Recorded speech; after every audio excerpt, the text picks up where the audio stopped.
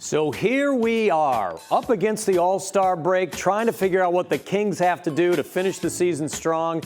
But we want to take a look back at all the things that they did well. So Mitch Richmond went home, rewatched all the games leading up until today. Yes, sir. And the guys that we saw around us all are going to factor into our top 10 moments of the first half. Mitch, are you ready? I'm ready. Ready for your countdown? So we've got 10 moments. We're going to give you 10 through 6 now. Mitch, why don't you get us started with number 10? Let's go. Number 10.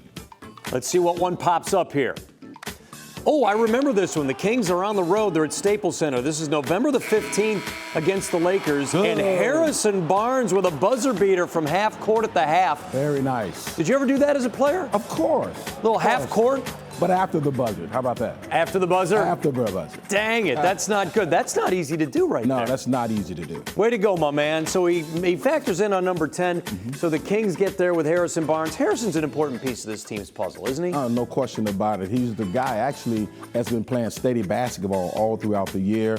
We need him to continue to do that in the second half. For players they consider the mecca of basketball to be, is it Madison Square Garden in New York? No question about it. It's the best place to play. Let's say we hit number 9 here, Mitch. Number 9. Yep, number 9 it is. Here we go. And let's go all the way to MSG, Kings and the Knicks. And how about the play at both ends by De'Aaron Fox? Defensive play at one end as he blocks the dunk. Great block. I know, and then gets the steal and stuff. When you play at the Garden, does it feel a little bit different? It's always different when you play at the Garden. The crowd is in it. You know, you get that stigma of when you're playing you're just excited to play in that building. So you got to bring your best game. So it doesn't matter if the Knicks are good or bad, because the Knicks have not been good for a long time, but it doesn't matter. Just go in there, you know this is a special event for an athlete. Yeah, it doesn't matter because there's so many great players that played in Madison Square Garden and did put up incredible numbers. So you want to be able to put your name and ink that name right there when you played in that building. You are absolutely correct. So De'Aaron Fox did that. We're going to get to number 8 because this has been an unusual season in the National Basketball Association. Some of the events that happened are very touching and kind of emotionally draining. So we hit number 8, and one of those moments happened on January the 30th, nearly 2 weeks ago. It was the first game played at Staples Center since the tragic passing of Kobe Bryant and 8 others, including his daughter, Gigi. And the Kings went out and had a game against the Los Angeles Clippers, who were playing their first game since the tragedy. So LA was really bound with a lot of emotion at that time. Kings played out of their minds. They set a franchise record and made 21 threes against the Clippers. And more. We'll have more from this game in just a little bit, but you're a guy who spent some time down in Southern California. Emotionally, how draining was it during that period? Oh, no question. I think it's emotional for the players, for the fans, everyone who has came in the world of Kobe Bryant. You know, when you come in his world, you understand that how a big deal that was. And once you go back to the Clippers or the Staples Center, you want to play well. And that's what they did. That was a big game for a lot of reasons. We're going to have more from that game in postgame once we get to our top 5 moments. But let's continue along the way. Time for us to hit number 7 on the list in this one. Oh, this was good for one individual player, number 7. We had our special day here, November the 19th. It was our first King of the Day, and we focused our coverage on Bogdan Bogdanovic, and he did not disappoint. He had a career night with 31 points in the ball game. When you're just feeling it, man, you got to keep feeding the guy who's feeling it, right? When you're playing like that and you're feeling it like that, you do not want the game to stop. You want to continue to keep playing the whole season in a rhythm like that. Do you tell people, hey, I'm feeling it tonight, get me the rock? Well, I used to tell people that when I wasn't feeling it. So when you're making shots, you got to make sure you got to say, pass the ball. They should know it. No question about it. They should know it. He finished with 31, had a great interview after the game. It was our King of the Night scenario. So Kelly Johnson working that night along with JR. They had a great time with that one. Yes. So Bogdan factors in to plays 10 through 6. So we're at number 6. Number 6. Can you help me out here and give me number 6? Sure. Let's go. God, we've seen guard play going on. We've seen team play. Buddy. Yeah, how about this one? This one was just 4 days ago. Buddy Hield. He went 9 for 10 from beyond the three-point line in a win against the Spurs. In doing so, believe this, he became the fastest player to 800 career threes. He passed Steph Curry. He's now over 800. That was incredible. That's an incredible stat. And any time you are in the talks of Stephen Curry, passing him in anything, that's a great accomplishment. That is amazing. Do you ever wish that you played in an era where they allowed the three-point shot to get, they get loose with it right now? They want 40 a game as a team. No question about it. Yeah, you always think that, when you played, you could have took so many more shots. But hey, man, it's a new era. I'm not going to get into that. Okay, we're not going to get into that. Yeah. Imagine what he would have done. He would have destroyed it. But Buddy Hield certainly destroyed it. Fastest to 800. Yes. Did it in 296 games. That's great accomplishment. Just amazing. All right, so Mitch, we've done 10 through 6. What do you say? Post game, we'll go 5 to number 1. Let's do it. All right.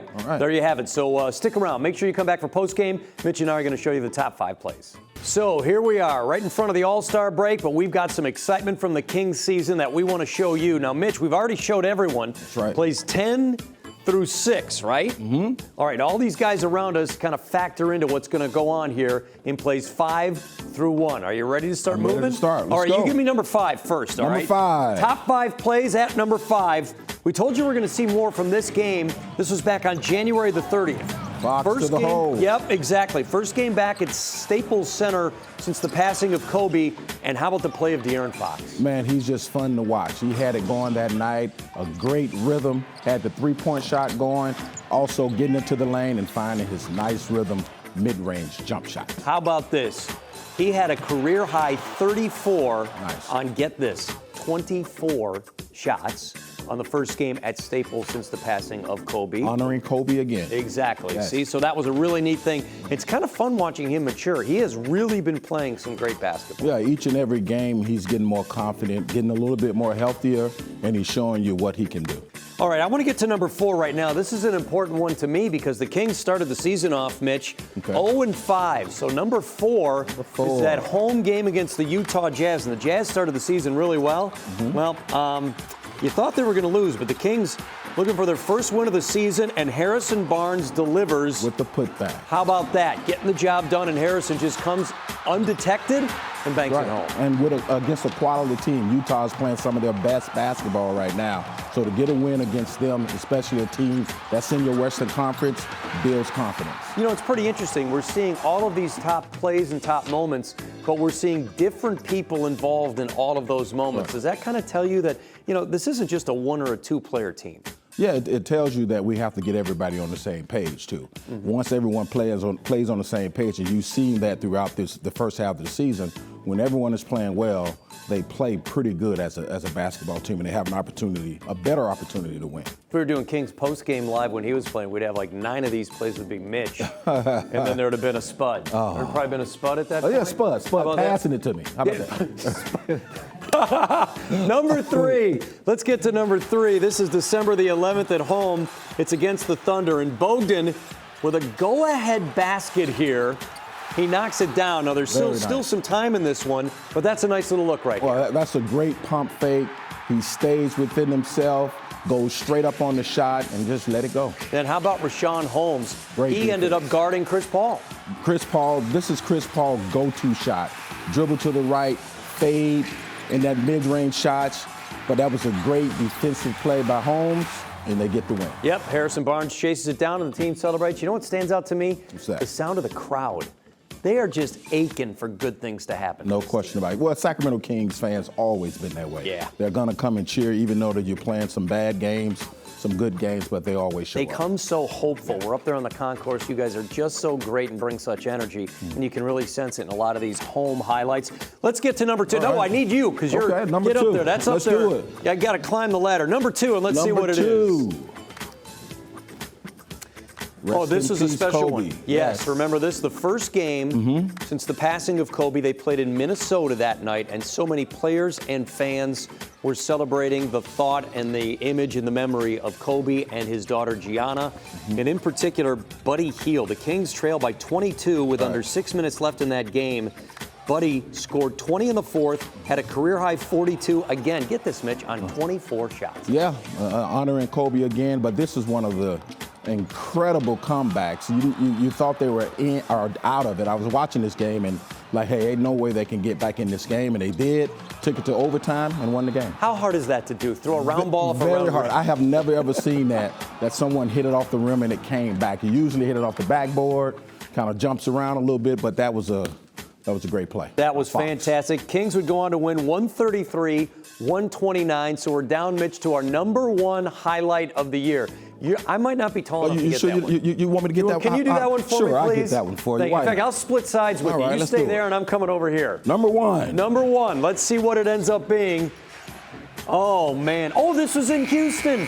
Remember this? Kings down 2 and a long 3 by Nemanja Bjelica, and they beat the Rockets. Well, anyone knows Belly. Belly has limited range. You know what I mean? Look at that. And that limited range can come from the half-court shot. Any shot he feels like he can make it, he shoots deeper than anybody I ever seen. And that was a great play to beat the Houston Rockets playing small ball. And remember, that was the night after they went to Dallas and they won. Right. And he factored into the last play, and then he had an epic interview in which he said it's cable television, so he said something we probably shouldn't say. We apologize later for it, but he's excited for the win. That's a great one. That's a great one. Yes. So we've had some good moments for this team. Yes, we have. What stands out to you? Anything in particular that stands out? I think the struggle. I think the struggle of going throughout the year where you have some ups and you have some downs. You can't really go back now and critique your play. You can, but you have to go forward now. You have to get ready for the next half of the season.